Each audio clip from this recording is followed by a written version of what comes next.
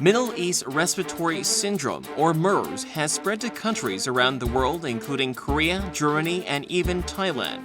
Public fear has reached the highest level. The virus killed about 400 people when it was first detected 3 years ago in the Middle East. It is known to have a 2-week latency period and is accompanied by fever, cough, and shortness of breath. Patients infected by the MERS virus can transfer the disease by coughing or sneezing within 2 meters of others. The outbreak of the virus was first reported on May 20th, when a male in his 60s was diagnosed after returning from a trip to Bahrain. The situation quickly escalated with rising patient numbers and death toll. The WHO sent a team of medical experts to assess the current MERS outbreak and devise additional measures to contain the virus. The MERS outbreak in ROK can be stopped, although it may take a little longer than everyone would like to see. Korea has actually seen a decrease in the number of patients and quarantined people since the middle of June. And after June 18th, the number of people being discharged exceeded the death toll, showing that the MERS outbreak in Korea is calming down. The MERS outbreak in Korea shocked the public and triggered a crisis within the disease management system. Today, we discuss its implications for Korea's healthcare system, as well as measures to be better prepared in the future. The Middle East Respiratory Syndrome, MERS, is being increasingly talked about all around the world these days. And particularly in Korea, the case of confirmed infection has been rising for the past few weeks. So today in Arirang Special, we will discuss what's happening in Korea and what's being done here in order to stop the epidemic as quickly as possible. For that, we are joined by expert panelists here, lawmaker Park In-suk, a medical doctor, a member of ruling Saenuri Party, and also a member of National Assembly's Special Committee on MERS. Thank you very much for joining us. Thank you. And also we have Dr. Kim Sung-woo, virologist and also a diagnostic test expert, a bioscience entrepreneur. Dr. Kim has been a member of renowned organizations all around the world, including Harvard Medical School as well as the National Institute of Health of the United States. Welcome to the program. Okay, thank you. Doctors, we have a lot of ground to cover today. Well, starting with what MERS is and what is happening in Korea and what needs to be done further in the future here. So let's first start with the question of what MERS is. Maybe we have so many viewers around the world, so some of the viewers may not even know what kind of epidemic we are talking about. Dr. Kim, if we may, can we start with the overall definition or idea of what MERS is, what we are talking about here in this program? MERS is the newly emerged virus that is originated from coronavirus. So the first founding was from Saudi Arabia in Middle East, the country. There in 2012, that became so contagious. So they infected more than 1,000 people, and around 500 people were dead. So that became the notorious for the people. So, in terms of symptoms, maybe I may ask Lawmaker Park about it, because you're a medical doctor as well and an expert in this area. This is a sort of like a flu-like symptom, if you will. Is that fair description? It comes with high fever and cough and stuff, but generally this is sort of like flu. Is it severe flu? Yeah, as the name indicates, the fever is the main symptoms. So almost everybody has a fever, very high fever, and coughing, respiratory symptoms is another stigma of this disease. The pneumonia, so coughing and expectoration of the sputum. And some cases has gastrointestinal symptoms such as diarrhea, abdominal pain. And the Middle East cases has been reported of kidney damage, but has not been well found in Korean cases, which is the difference.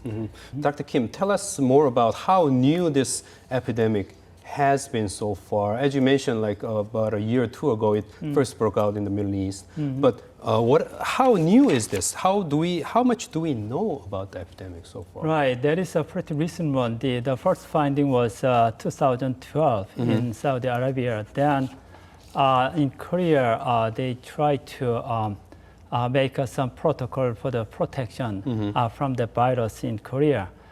So they made some protocol in 2012. Then in 2013, they made some made a molecular diagnostic kit to detect from the animal the coronavirus. But that detection was already not proved yet because the research was not perfectly done yet. So according to the symptoms, we feel the high fever is the one indicator. Right. But actually, for the precise the detection, we need the genetic detection is more accurate. So the people, actually, some companies were trying to make a detection kit, molecular detection kit, Right. and they were preparing for the FDA approval. To be precise about this, this is like a device that can let you look at the molecules, or is a virus that you can see through? Yeah, virus itself. Okay. So virus has their, the coronavirus has their own sequence.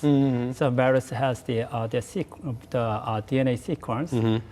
We can recognize the sequence exactly by amplifying a spatial instrument. So that's the best way to confirm this that case, is the most best way. Right. Cough and high temperature themselves cannot be 100%. Right. The first screening is using the UV light and see whether the people has high fever or not, high temperature or not. The devices that they use at the airport, perhaps, right? The cameras and stuff like that. Right, exactly. That is a thermal camera. Right. Then if somebody has the high fever, then they should be diagnosed by some special tools that is called a molecular diagnostic kit. Right. But this is not adopted in airport yet because those systems are so huge, heavy, and need some expert. Right. So indeed, the detection and confirmation itself, they're very hard indeed, because this is a relatively speaking new disease, a new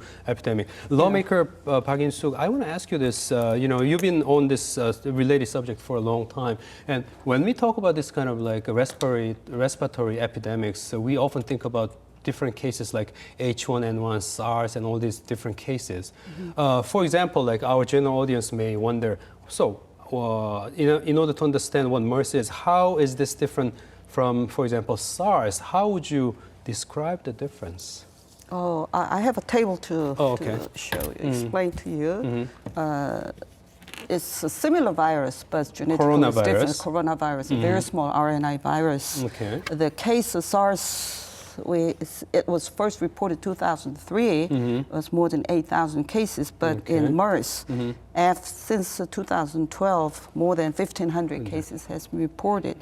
The vector is different. They're both from the bat. I see. The virus both is living in bat. Okay. But it goes through the civet. It's like a cat. Right. And go to the people from there. But MERS is different. MERS is camel.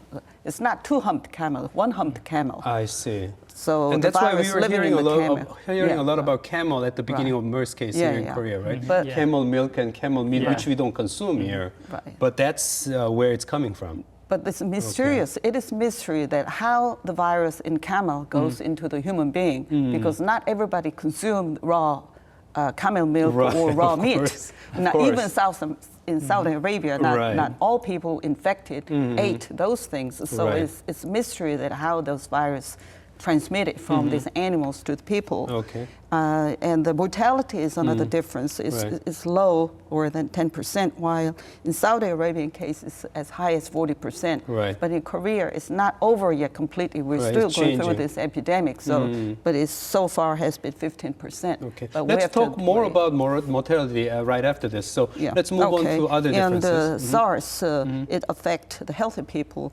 while this MERS is most patients who has underlying disease or old age But there is some exceptions. Some Right. young men got infected. There have been a They- few oh. exceptions Right. about healthy people being affected here. Right, yeah. Okay.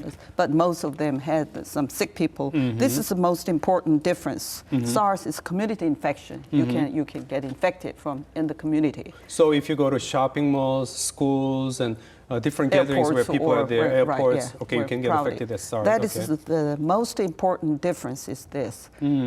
Almost 100% of the MERS cases so far is 176 today. One or two exceptions, we don't know yet how they got we haven't transmitted. confirmed yet, right. Not confirmed, one or Right. two. But except that most of the people had infection linked with the hospital. So I that's see. something that reassuring, I guess. Interesting differences here, but you mentioned the fatality here. Of course, any disease, death is the biggest fear for anyone who's thinking about it and fearful of it. What can we say about the fatality, as Lawmaker Park has just mentioned? Fatality, at the beginning, we were being told it's about 40%. And then as soon as we had the starting of the outbreak here, we were checking the numbers in Korea. It was very low. Now it looks like it's a little bit rising and stuff. What do we know about the fatality of MERS so far, Dr. Kim? Yeah, initially the people was made some question whether it has different mutation of this MERS virus. Right. But after the full sequencing, the mutation was not found. So the next question was the local different culture or the environment. So in the Saudi Arabia, they showed about 40% of the mortality, but they usually live in the dry area, Right. and also they live separately. So the but quality of healthcare cannot be same as here. Also, yes. Okay, Yeah, okay. also that is another factor. But in Korea, we have a very special, the unique cultures Right. in the hospital. Right. We usually eat together and we take care of our patients very close, with very close contact. Then that culture actually could help the fertility rate to rise. No. There is No? some confusion. We're talking about the infectivity and the mortality. Right. Infectivity is basically influenced by Of course. our culture, Right. while the fatality is different story. People dying, Yeah, right, people right. die from this. The difference Right. is not only maybe the level of health care. Right. Well, Saudi Arabia, I don't know much, but we have a good high quality health care. We had our confidence in our right. system, But right. the problem is not the problem, but the big factor is Right. now we're finding many asymptomatic or mild cases. I see. While Saudi Arabia is mostly sick people. So because we're finding mild cases, some people just go through this disease without even knowing it. Right. Why they have tested because they are contact. So since we have many input from this asymptomatic mild cases that Right. decrease mortality. Okay, here we are connecting with an expert on coronavirus. He's a Professor Benjamin Newman. He belongs to the School of Biological Science of University of Reading. Dr. Newman, thank you very much for joining us. Of course. Okay, first question we have is about the fatality, people death here. There has been lots of fear in Korea because this is a new epidemics here, and a lot of people have been very much concerned. What can you say about this fear and concern about fatality of this particular epidemic? It is a valid concern, and it's a shame that MERS is happening so widely now, particularly in Korea. I guess the good news here is that the first DNA sequences have come in to tell us about the MERS virus that's there, and it looks almost identical to the MERS virus that's in Saudi Arabia right now. This is what we thought before, but it's something that wasn't confirmed until now.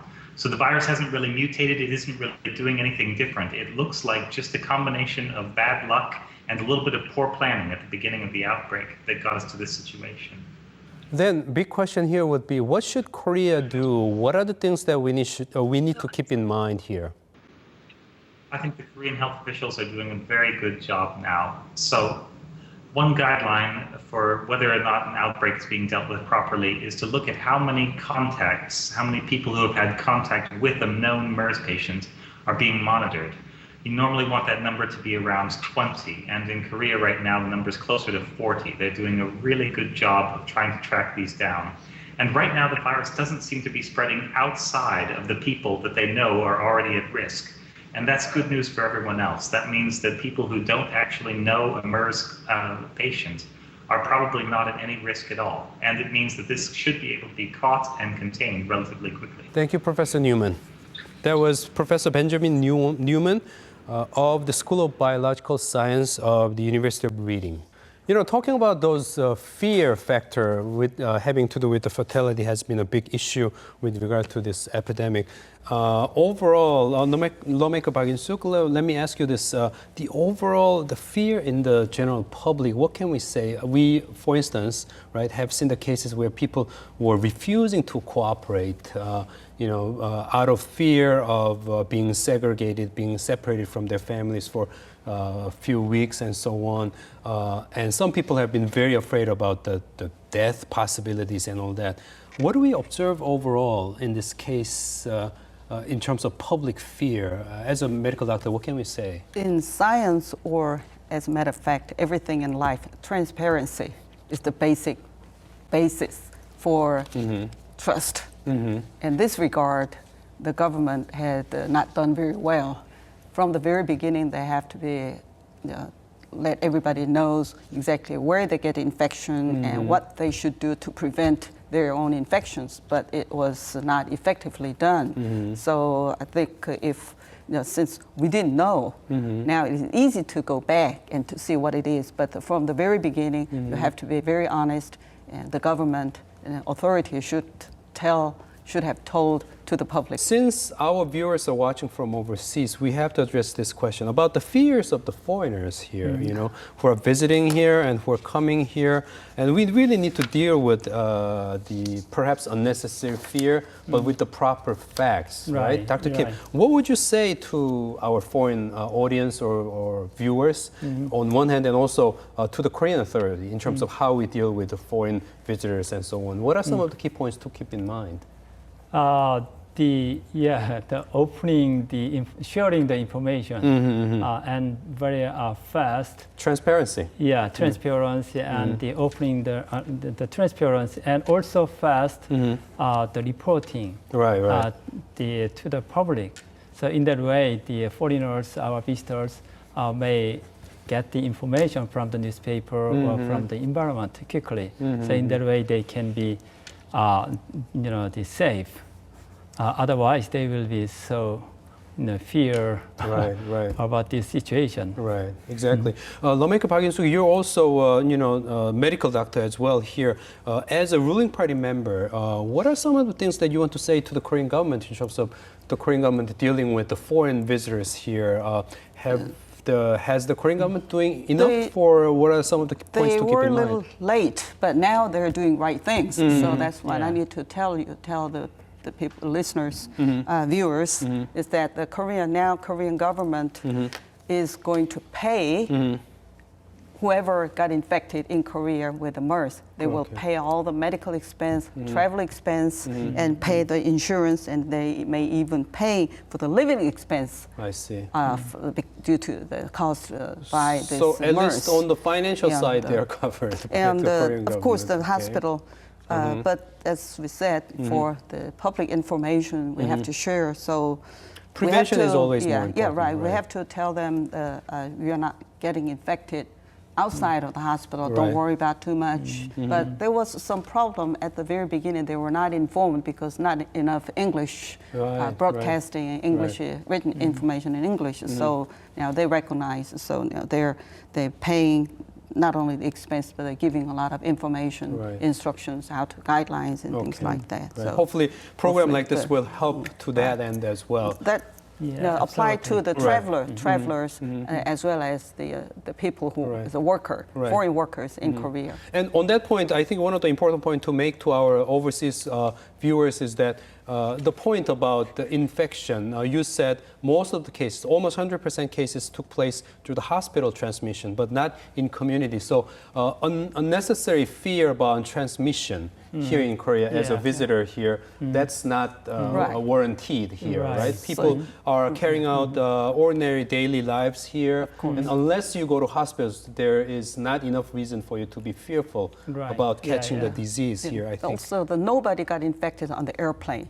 Oh, right. And Yeah, there was a that's lot of another newspaper point. articles that airplane is very safe because the air circulation, Right. it prevented the infection spreading in the airplane. Right, Right. And right. so the department stores, walking on the streets, subways, don't worry about it. So as long as you don't go to the hospital, but you have to find which hospital is where the patient Right. occurred or got contact. So we call the safety hospital. Right. So yeah, as long as you stay away from those particular hospital, everything is safe in Korea. Right. Very important points to keep in mind for our viewers from joining us from overseas here. And now perhaps it's a good time for us to turn to an interview that we have prepared. The person that we interviewed outside was Professor Seo Jung-wook. He works at the Seoul National University Medical School, and he also has the Health Information Center that's cooperating with WHO. So let's take a look at his interview. The most significant conclusion by experts of WHO, I understand, is that the current disease outbreak in Korea is not different from MERS in Saudi Arabia. That means we are not struggling with a very new disease, but we are dealing with the disease we had already experienced. So what they suggest is that lack of evidence of sustained human-to-human transmission in community, WHO does not recommend any further strict regulation for traveling in and traveling out from Korea. That's very good news to our things.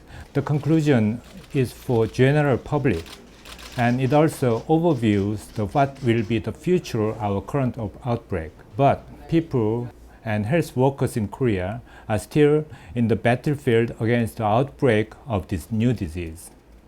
We understand, if you refer to this graph, we have first case in 11th of May. This graph is showing the onset of disease, not diagnosis of disease. And the secondary outbreak is here. And then we have a peak on 1st of June, and it's definitely decreasing the occurrence of new disease. So we hope this outbreak will finish in the very near future.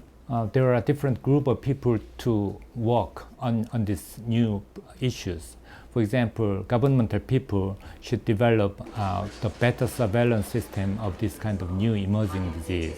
For example, better detection system, better reporting system, and also measure to control when a kind of new disease occurs.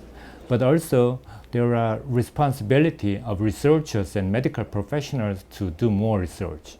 For example, we don't have enough experience of this kind of disease, but definitely we need to do it.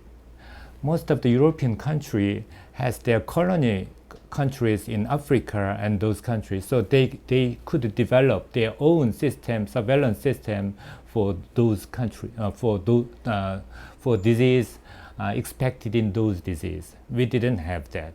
But now we know that we Koreans are anywhere in the world, so we can expect any kind of new disease in different areas in the world. So we should prepare ourselves to do our research. Okay, let's move on with our discussion here, since we saw the interview here. Overall, looking back, Dr. Kim, Yeah. the overall problems of the system, like in the Korean media, we've been talking a lot about how system might have broken down, at least in the eyes of Korean public, right? There have been much complaint by the public about the system breakdown here, the overall government system not working and all that. What is your observation about it? Some people feel that Korean media have been overly critical about Korean system here. But what is your overall observation about what failed and what worked okay and whatever? Yeah, the interesting part was that some small the hospitals refused to accept the patients actually. Right. They don't want to treat. They don't want to diagnose people whether they have a MERS or not. If that makes the notorious effect. The people doesn't want to visit their hospital. That's a real problem. Do you think government should have required all the hospitals to accept anyone at any case? Not all. I don't think all hospitals should have those space, but government should have special certain numbers of the special space or hospitals or centers. In that way, they can separate the patients only. Then other clean hospitals can be left for other peoples. So that is the really important. I see. I think. Well, as I said, there are 3 golden times that we missed. At the very first, the MERS was already known to international community. Something to watch out to the for. CNN and many international news talk about the MERS. There was outbreak. There were like 20 to 50 deaths in Saudi Arabia early this year. So we have to pay more attention to it. Actually, there was a conference talking about this MERS, but people didn't think much about it. But the mistake was that this patient, number 1, entered the country without any problem. So number 2 was at the Pyeongtaek Songmo Hospital where the first outbreak. So when he was diagnosed, Samsung is very proud that they made the first diagnosis of MERS in Korea. And this patient was treated well. But they missed one thing, that he went through this hospital. So if they made the diagnosis, they should go back and look at all the people who were admitted in the same hospital at the same time. So everybody missed that second chance. The third chance, it was a Samsung emergency room. As you said, the contact definition was so restricted, so limited to small numbers. So they missed all the people around it. So now this outbreak is, it's like all the problems of Korean healthcare system, all the problems, it just all of a sudden exploded, surfaced out of water. It's just not one problem. During the last 60 years or so, the Korea had developed so rapidly to the developed country. The medicine also developed to the almost top world class. We have top facility hospitals, top state-of-the-art equipment. All the doctors now, they're writing so many articles everywhere. So, but the basic, we're missing the very basic things. The healthcare delivery system is having a lot of problems. All the doctors knew it, but all is because of the budget. I see. The health insurance system, Korean health insurance system, is probably one of the best in the world. I think so too, right? Many people come to Korea and just admire what a good program you have. Is so cheap. Access to the hospital is so easy. Everybody can go to the hospital, get treated so quickly whenever they want it. But there was all the problems got just kind of sinked underneath it. Okay, now we're connecting with leading epidemiologist in the United States. He is Professor Amesh Adalja, working at the University of Pittsburgh Medical Center. Professor Adalja, thank you very much for joining us. Yeah, thanks for having me. Okay, first question about the initial response in Korea. We've been talking a lot about what should have been done here and what was not done here. What's your overview about the best initial response in cases like this? The best way to prepare for these types of infections is to actually be aware of them and expect that these infections may appear in your country. The biggest problem with South Korea's outbreak was that they weren't expecting MERS. And MERS has been in now 26 different countries. So all countries need to be aware of the risk of travelers coming from the Middle East and be prepared to identify them, isolate them, and take the appropriate measures. And the next question would be your advice to the general public or government, perhaps in dealing with the general public. What can you say about those? Several points to keep in mind. The general public needs to read about MERS, understand what its risks are, and if they happen to be in a healthcare facility, take the appropriate precautions so they're not exposed to MERS until this outbreak is under control. However, this isn't a cause for widespread panic. South Korea will survive this MERS outbreak. MERS has been in multiple different countries, and like I said, it has an inability to spread very well in the community. So I don't believe that generalized panic is warranted. Thank you, Professor Amesh Adalja. Belonging to the University of Pittsburgh Medical School. He's also a senior associate at the UPMC Center for Health Security. Now, let's move on to more sensitive question. Maybe I'd like to ask this question to lawmaker Park In-suk here. About the disclosure of the patient information, that has been a very sensitive issue here in Korea. How should this be done or managed better next time? There have been a lot of discussion here. Yeah, it's very, as you said, very sensitive issues. It's almost explosive issue. They're talking about personal information disclosure. So let me, in this kind of outbreak, epidemic outbreak, I kind of arranged this. Now we're talking about the individual patient information and the disclosing of individual patient or disclosing clinic or hospital information. We have to decide which one or both. And also at the same time, we have to give guidelines. So this is what the government has to do. Government has to decide what to do, what to disclose. About those two categories of information, right? So undisclosed or open only to the medical community? Right. The number is something that should not be disclosed. 3 choices, right? Open only to the medical community or open to the entire general community.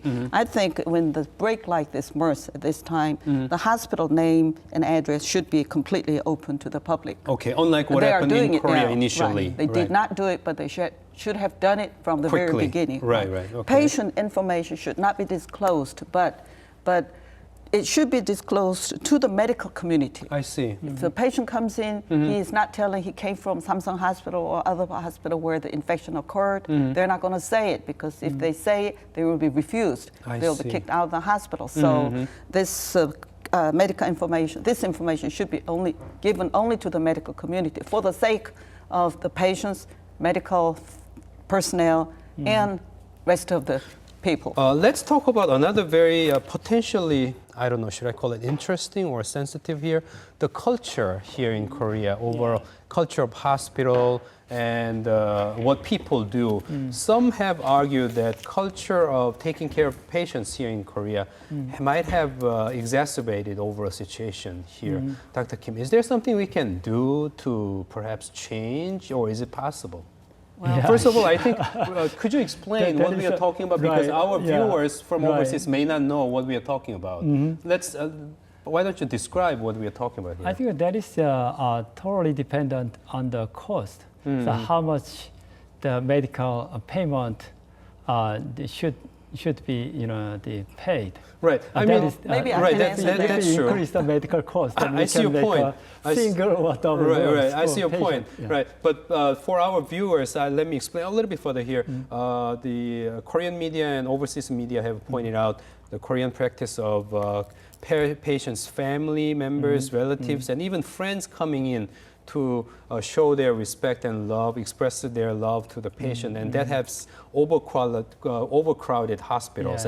They said, the critics have argued that it has increased the possibility of getting infected here. So we gotta really change that. And Dr. Kim, what you're talking about was also keeping several patients in one single room, and that's the cost issue overall here. Lawmaker Park In-suk, what would you say about changing reasons. this? 9 reasons. We may not have time for them. Korean sentiment. Okay. That explains why this Samsung emergency room has such an explosion of this many hospitals from a single center. Right. This doctor shopping, everybody. Doctor shopping is a problem They go too, to this hospital, as you say, these patients now, out of 73, they going through like 3 or 4 or 5 different hospitals before they got finally caught. Right. So the doctor shopping everywhere. It's because the cost is similar. That's true. Unlike to the advanced country, unlike United States and European countries where the cost is very, very different. So no matter where you go, wouldn't you say that's because Korean system is advanced?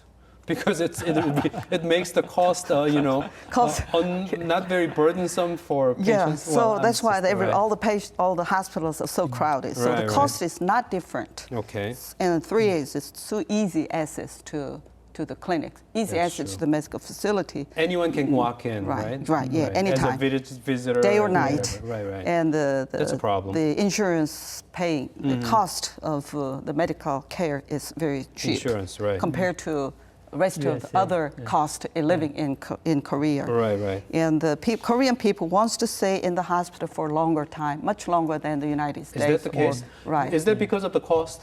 Because we Yeah, have it's lower very cost? cheap. Okay. It's very cheap to stay in the hospital. The hospital cost is very high on the first day or second day, but third day, it's just paying, the room is paid by the insurance, so Okay. they wants to stay longer. And everybody visit all the friends, relatives when they're in the hospital. Right. It's a very bad things if you Right. don't visit. So and they expecting people, friends come and visit. They even bring their children. Right, right. And the nursing fee is very small from the insurance, so not enough nurses. So they have caretaker, they hire caretakers, we Right. call 간병인, or the Right. family members stay there, so it is overcrowded. 8, the emergency room is not taking care of only emergency, but they take care of all the patients waiting for the rooms. Waiting for right, the that's rooms. right, So that's it's like a right, waiting right. room for the rooms. So number 8, number 9, the government foster multi-room, many beds in one room because the government don't pay for the one single room. They're trying to save the so it's cost very of the expensive medical for the insurance. patient to pay for 1 or 2 bed Right, rooms. right, So right. they prefer to go to 6 bed or 4 bed. Sure. And the Korea save the National cost. Health Insurance paying for those, but not paying for the 1 or 2 rooms. So Right, right. all the rooms are crowded. So that is so good soil for the infection. So national So I insurance gave you 9 system, reasons. there was a long one, and the national insurance itself, you're saying, is biased towards a longer stay and bigger rooms, and overall, it's patient-friendly in terms of cost. That's why there are a lot of patients here. So it looks like all this positive side of Korean medical system might have caused all this trouble that we're Exactly. experiencing Yeah, exactly. this time. I have to get back to lawmaker Parkinson once again about this because this is a lawmaking issue possibly. Some people have argued that in the future, Korean government should make some of the regulations into law, requiring the hospitals what to do about like a visitor control, the control of access, all that kind of stuff. As a lawmaker, what do you see? Do you think making this into a requirement, legally required requirements possible? Do you see that happening in the future as a result of this? At the moment, many hospitals has their own rules and regulations saying exactly what should be done, Okay. but has not been kept by people because people protest. Ah, They don't like and they just complain. Right. We want to go. We want to all go in there praying and even have Right.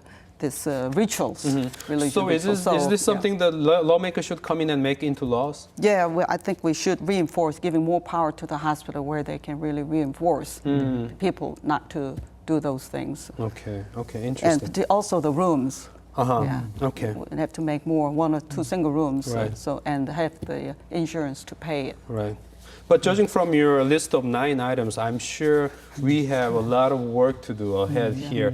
And maybe while our discussion is getting even more interesting here, maybe it's a good time for us to go to another interview that we have done outside. This is an interview with Ms. Allison Alley. She's a researcher at the J.W. Lee Center for Global Medicine at the Seoul National University. Let's take a look. Well, there's a lot that we don't know about MERS, but what we do know is that MERS is a viral respiratory tract infection that is thought to be spread through respiratory secretions, such as droplets from coughing. We also know that MERS is a new virus. The first cases were diagnosed in humans in 2012, which means that probably most of the population does not have acquired immunity to the virus. Lastly, we know that the virus in Korea is not thought to be more contagious than the virus found in other countries. This was confirmed through genome sequencing of the virus. These are some of the factors that are influencing the spread of the disease. I think that clear communication is very important for helping to control MERS and also helping to reduce unnecessary public panic. I myself have had a very positive experience in Korea with this regard. For example, there's a lot of reliable information online, including the website that was set up by the MERS task force in Korea, and also the website of the World Health Organization. Additionally, I'm an American citizen, so I have been receiving email updates from the US Embassy.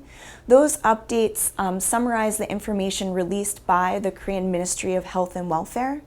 And lastly, I've received text messages from my doctor's office to update me about new hospital policies that have been put into place to protect patients against MERS. I think that having multiple levels of communication is very important, so the use of text message, email, and then also reliable information that I can go access. I think that all of those are very important and effective. Question of lack of expertise and lack of experts about this case. Lawmaker Park In-suk, what would you say about that? Do we really lack the expertise? I don't think expert. What do you mean by expert? But as I said, nobody in Korea, no doctor had experience with MERS. So there's no expert if you think that way. Right. But in that regard. But let me say, going back to the same question, there was a WHO had a campaign to the SARS, H1N1, and MERS. And the second thing I need to mention is last year in White House, United States, there was a global health security agenda. I see. First conference was held at the White House of the United States, and Korean Minister of Foreign Affairs. Foreign affairs? Foreign Affairs. Okay, interesting. Yeah, along with some, I don't know exactly, I need a list of who participated, along with some of the Minister of Health attended that. I see. And interesting thing is, in this year, October, I guess, we brought this conference, will be the second chairperson of this conference, will be held in Korea. Interesting This year autumn. Wow. Global health and security agenda, talking about MERS and SARS and etc. What a proper timing. I know it is. And the third thing is the Minister of Health had the MERS related conference sometime before. But as I said, we may or may not have expert, but you have to think about all the time to have a practice. I see. To exercise. Right. Interesting. What about overall, Dr. Kim, I want to ask you the same question about the lack of expertise and lack of experts overall. What's your observation here? That seems to be the overall consensus, but is that the case? Do we have absolute lack of experts? Yeah, I think so. These especially for the MERS. So the first finding was 2012. So the only 3 years history we have. So during that time, we cannot prepare the environment with many experts. So it should take a little bit longer time to recruit some experts in Korea. So for that, we should have some collaboration or cooperation with the other foreign countries, international organizations, including WHO or other the medical organizations. That is the first way, I think. So, and for that, as the lawmaker Park said, we need to participate in the international conference related to this issues. Right. So enough is going on outside internationally, and we have enough expertise. But what we need is for more stronger activism here. Right. Lawmaker Park In-suk, you have prepared some data about the expertise and experts about this point, don't you? I'll make a little joke. All the Koreans will be expert at MERS. That's for sure. Everybody's listening, reading, and watching all day long, day and night. Including myself here, right. Is there data that you wanted to share with our viewers? This is something I'd like to emphasize, as you said, do we have an expert or not? The problem is we need a big organization. Like CDC, NIH, we talk many times during this session. The Center for Disease Control, the United States, is in Atlanta at the National Institute of Health in Bethesda, Maryland. Two different huge structure, budget. Korean CDC together NIH, Korean NIH is under Korean CDC. It's a small. The size of population. Budget-wise, 100 times. Even though they're together. Right. If we have different populations, but still the difference is huge. Human resource, 100 times more people in there. I see. Korea, what's the population of Korea? America has like 5 times higher. But 100 times, that's too big. 100 times, right. Nobel Prize winner, 130 out of this this organization. Right, right. Here we are connecting with Professor Trish Pearl. She is a professor of medicine at Johns Hopkins University Medical School in the United States, and she is the one who undertook research on MERS virus in Saudi Arabia when they had the outbreak year 2013. Professor Pearl, thank you very much for joining us. Well, thank you for having me. First question, the question that we, all of us here in Korea, many of us at least, had in our minds, that is, why is that Korea didn't have much knowledge or pre-existing knowledge about the MERS when they actually had a outbreak in Saudi Arabia and elsewhere in the Middle East several years ago? How should we explain it to ourselves here? What can we say?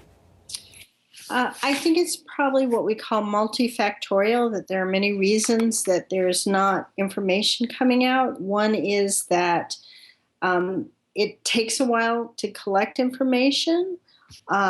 It's also compounded by the fact that there wasn't as much information that we knew about the virus from the outbreaks in the Arabian Peninsula. But I certainly would be the first to tell you that having international experts in a crisis like this can really enhance the response. Especially if you're trying to get information very quickly and you need what we say boots on the ground as well as, sort of a lot of breadth of experience, which is what is needed in such a situation. Then next, a big question would be, what would be some of the key points for the Korean public in general, or perhaps message points that Korea should try to convey to the world? What are some of those important points that needs to be shared here at home as well as overseas? So that's clearly a very loaded question, and I think Korea has done has had a really robust response to this. And we still don't know how good that response is because we're really at the juncture of measuring the impact. But that being said, I think that they've been very aggressive about isolation, identification of potential patients that are infected, isolation within hospitals.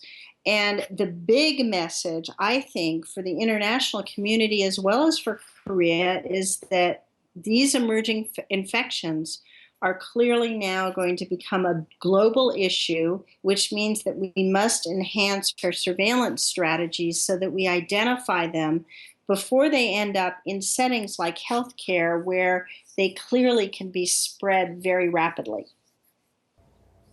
Thank you, Professor Trish Pearl of Johns Hopkins Medical School.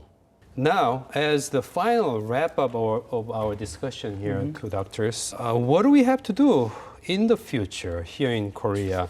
This will be final wrap-up, as I said. So your final words about what we have learned and what we should do and how we should be better prepared for the future. Maybe starting with Dr. Kim? I would recommend, from the administrative things will be done by the government, but the private company or also the government should support the new the setup of the new system, the innovative system. We need a very rapid, accurate diagnostic system and very rapid communication system, especially in the airport, in the port, or in the hospital, at least, or the government, the directed branches. So I would strongly recommend in that way. That is called, in the future, we have facing the e-healthcare, smart healthcare, the era. So if we have any detection from the airport, that should be connected to the Korean CDC, the control tower. Then can be connected to the hospital or medical doctor. Then prescription or any treatment will be sent back. I see. How the potential patient be treated. Right. So also we need some other things, emergency, the ambulance system.